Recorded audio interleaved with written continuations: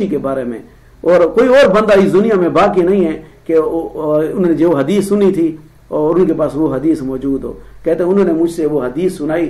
حدیث یہ تھی کہ جو آدمی مسلمانوں کی پردہ پوشی کرتا ہے، دوسرے بندے کی پردہ پوشی کرتا ہے، اللہ اس کی پردہ پوشی فرماتے ہیں. یہ حدیث انہوں نے سنائی تو اب کہتے ہیں عجیب واقعہ، کہتے ہیں فاتا ابو ایوب راحلتا، اب ایوب رضی اللہ تعالیٰ اپنی سواری کے پاس آئے اور فرق کے بہا اپنی سواری پر اونٹ پر سوار ہو گئے. وانصرف الی المدینہ، مدینہ روانہ ہو گئے. وما حل رحلا، اور انہوں نے اونٹ کا گجاوا نہیں کھولا. مدینے سے روانہ ہوتے ہیں، مصر آتے ہیں، حدیث سنتے ہیں، اونٹ تیار بیٹھا ہے، اور اس کے بعد حدیث سن کر فوراً اونٹ پر بیٹھتے ہیں اور بالکل 1 منٹ نہیں ٹھہرتے وہاں پر، حدیث سن کر پھر مدینے روانہ ہو جاتے ہیں. اب خود دیکھیں مدینے سے مصر کا کتنا فاصلہ ہے کہ بس حدیث سنی اور فوراً پھر واپس گئے، ذرا دیر کے لیے وہاں پر توقف نہیں کرتے. یہ صحابہ کرام رضی اللہ تعالیٰ عنہ کی دین سے محبت تھی کہ وہ دین کو اور حضور پاک صلی اللہ علیہ وسلم کی احادیث کو سننے کے لیے وہ کتنے سفر کرتے تھے، کتنی تکلیفیں برداشت کرتے تھے. تو یہ دین کی طلب تھی، دین کی تڑپ تھی، دین کی محبت تھی کہ اللہ نے صحابہ کو کتنا بڑا مقام عطا کیا. آج کے دور میں بھی جو آدمی دین کی طلب اپنے اندر رکھے گا، دین کی تڑپ رکھے گا، اللہ پاک ان کو بھی سرفرازی عطا فرمائیں گے، اللہ پاک ان کو بھی رفعت اور بلندی عطا فرمائیں گے. تو اس لیے جہاں دین کی محفلیں ہوں، جہاں دین کی مجلسیں ہوں، تو آدمی کوشش کرے ان محفلوں اور مجلسوں میں بیٹھے. علماء کے ساتھ آدمی کا تعلق ہونا چاہیے، علماء کے ساتھ ہمارا تعلق ہوگا اور نیک لوگوں کے ساتھ ہمارا اٹھنا بیٹھنا ہوگا. تو اس پرفتن دور کے اندر یقینی بات ہے ان لوگوں سے تعلق کی وجہ سے اللہ پاک ہمیں آنے والے سارے فتنوں سے محفوظ رکھیں گے. اس لیے جن لوگوں کے ساتھ اس لیے فرماتے ہیں کہ آدمی جس سے دوستی کرے تو پہلے دیکھے کہ وہ کس کے ساتھ دوستی کر رہا ہے، کیونکہ المرء علی دین خلیلہ، انسان اپنے دوست کے مذہب پر ہوتا ہے. حدیث میں آیا المرء علی دین خلیلہ، انسان اپنے دوست کے مذہب پر ہوتا ہے. فلینظر من یخالل، بس وہ دیکھے کہ کس سے دوستی کر رہا ہے. اس طرح اچھے لوگوں سے تعلق، اچھے لوگوں کے ساتھ دوستی، اچھی مجلسوں میں اٹھنا بیٹھنا، علماء کے ساتھ تعلق. الحمدللہ شکر آج کل تبلیغی جماعت کی شکل میں پوری دنیا میں جو جماعت چل رہی ہے، ان لوگوں کے ساتھ بیٹھنا، ان تبلیغ کے اندر وقت لگانا، ان لوگوں کے ساتھ اٹھنا بیٹھنا، تو اس سے یہ ہوگا کہ ہمارا ذہن جو ہے، ہمارے ذہن کا جو رخ ہے وہ دین کی طرف رہے گا ان مجلسوں کی وجہ سے. اگر ہم نے ایسی مجلسیں اختیار کی جہاں سارا دن دنیا کی باتیں ہوں، یقینی بات ہے دنیا کی باتیں سنیں گی تو دنیا کی محبت اور عظمت دلوں میں بیٹھے گی، اور دنیا اور کی عظمت دلوں میں بیٹھ گئی تو یقینی بات ہے دین کی عظمت اور دین کی اہمیت ہمارے دلوں سے نکل جائے گی. جیسے حدیث میں ہے نا، اذا عظمت امتی الدنیا نزعت منها ہیبۃ الاسلام، جب میری امت کے دلوں میں دنیا کی عظمت بیٹھ جائے گی تو اسلام کی ہیبت اور وقت اور حیثیت ان کے دلوں سے نکل جائے گی. تو اس لیے آدمی کوشش کرے جہاں جہاں دین کی مجلسیں ہوں، جہاں دین کی محفلیں ہوں، جہاں علماء کے بیان ہوں، تو ان لوگوں کے ساتھ آدمی تعلق جوڑے رکھے. اللہ پاک ان کی وساطت سے اللہ پاک ہمارا رخ آخرت کی طرف کرے گا اور اللہ پاک ہمیں فتنوں سے محفوظ فرمائے گا. اللہ پاک ان ساری باتوں پہ عمل کرنے کی مجھے بھی اور آپ کو توفیق عطا فرمائے. 2-4 باتیں ہیں توہمات کے لحاظ سے کہ ہمارے معاشرے کے اندر کچھ توہمات پائے جاتے ہیں، شریعت نے ان کا نام رکھا ہے توہمات. یہ ہمارے معاشرے کے اندر پائی جاتی ہیں.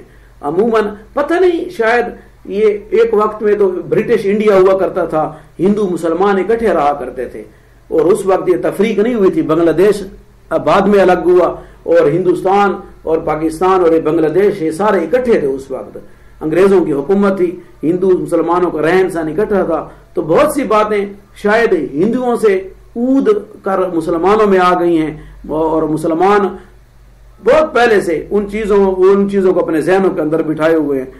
یہاں تک ان لوگوں کا تعلق نہیں ہے نا علماء کے ساتھ، یا علماء سے پوچھتے نہیں ہیں. تو عموماً عورتوں کے اندر یہ باتیں پھر زیادہ پائی جاتی ہیں عام طور پر.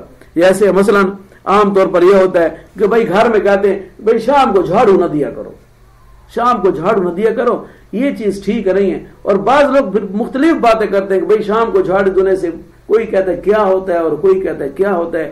باہر گئے شام کو جھاڑو دینے سے منع کیا جاتا ہے. ہمارے ہاں ایک توہم ہے کہ یہ جھاڑو دینا جو ہے یہ اچھے شگون کا باعث نہیں ہے، اس سے پھر مسائل کھڑے ہوتے ہیں. تو اس لیے یہ بات بالکل غلط ہے. شام کو آدمی جھاڑو دے سکتا ہے، رات کو بھی دے سکتا ہے. اس کے لیے کوئی قید نہیں ہے کہ صفائی کے لیے کوئی قید نہیں رکھی. صفائی آپ اپنی بھی اور جگہ کی بھی، جس ٹائم بھی جس چیزوں کی بھی صفائی کر سکتے ہو جس ٹائم کا، اس کے لیے کوئی قید نہیں ہے.